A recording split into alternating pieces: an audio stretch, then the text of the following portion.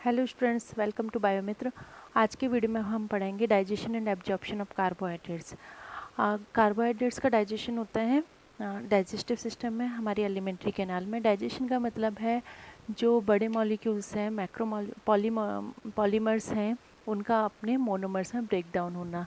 अब जब हमने फॉर्मेशन की बात की थी ओलिगोसेकेराइड और पॉलीसेकेराइड्स की बात की थी, तब हमने देखा था कि दो मोनोसेकेराइड्स के बीच में ग्लाइकोसिडिक बॉन्ड बनता है, और जब एक ग्लाइकोसिडिक बॉन्ड बनता है तो वाटर मॉलिक्यूल ब्रेक होता है, रिलीज होता है। यानी कि जब उस बॉन्ड को हम ब्रेक करेंगे तो वाटर मॉलिक्यूल को ऐड करना पड़ेगा, वाटर की रिक्वायरमेंट होगी। So for digestion water molecule is needed. और वाटर, इसको हम बोलते हैं हाइड्रोलिसिस भी बोल सकते हैं। हमारे डाइजेस्टिव सिस्टम में बहुत सारे एंजाइम्स होते हैं जो कि फूड का डाइजेशन करते हैं।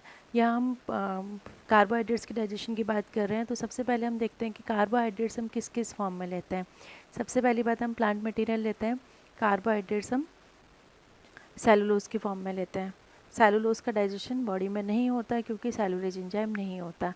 हम स्टार्च की फॉर्म में लेते हैं क्योंकि स्टोर्ड फूड होता है प्लांट्स में। स्टार्च को हम प्लांट मटेरियल को दो फॉर्म में लेते हैं, कुकड स्टार्च और अनकुकड स्टार्च। कुछ फ्रूट्स को, कुछ फूड को हम कुकिंग करके लेते हैं, कुछ को हम अनकुक्ड फॉर्म में लेते हैं। तो हमारे पास दो चीज़ हो गई, कुकड स्टार्च और अनकुक्ड स्टार्च। उसके अलावा हम मिल्क लेते हैं तो मिल्क शुगर हो गई, लैक्टोस। हम किचन शुगर भी लेते हैं, चीनी। सेलुलोज लेते हैं जिसका डाइजेशन नहीं होता। जनरली हमारे फूड में ये सब चीज़ें, ये कार्बोहाइड्रेट्स ऐड होते हैं। अब हम बात करते हैं इसका डाइजेशन कहाँ से स्टार्ट होता है। हमारे माउथ से स्टार्ट होता है। माउथ में सलाइवा में एक एंजाइम होता है अल्फा अमाइलेज। ये अल्फा अमाइलेज, इसको हम टाइलिन एंजाइम भी बोलते हैं, जो कि कुकड स्टार्च पर वर्क करता है। और इस कुकड स्टार्च किसका बना था? Multiple units of alpha glucose. तो यानी कि अल्फा 1,4 ग्लाइकोसिडिक बॉन्ड यहाँ था, उसको ब्रेक करता है, बहुत सारी यूनिट्स ग्लूकोज की छोड़ देता है। लेकिन अभी ये पूरी तरह से ब्रेक नहीं हो पाता, कहीं कहीं दो अल्फा ग्लूकोज की यूनिट्स आपस में बाइंड होती है।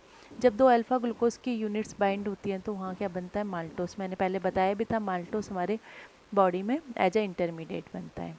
उसके बाद में फूड आता है स्मॉल इंटेस्टाइन में। स्मॉल इंटेस्टाइन में पैनक्रियाटिक जूस होता है। पैनक्रियाटिक जूस में पैनक्रियाटिक अल्फा माइलेज प्रेजेंट होता है, जो कि अनकुक्ड स्टार्च पर वर्क करता है।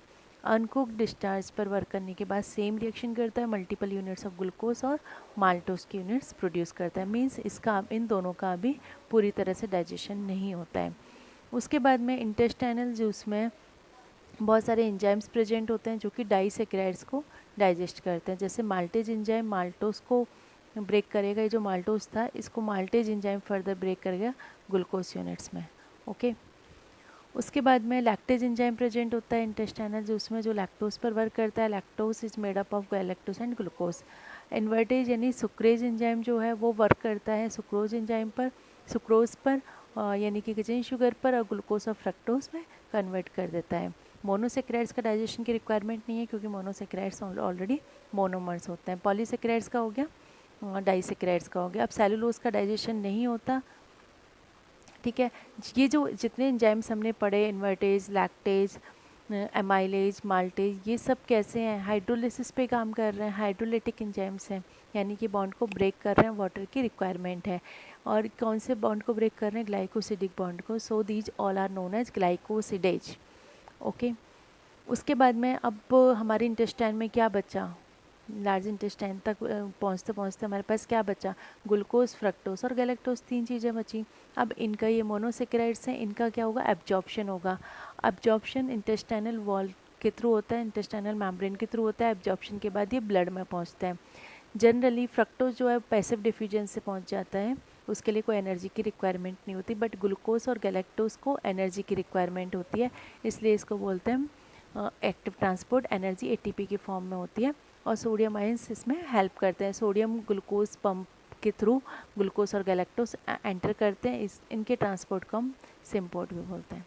Thank you.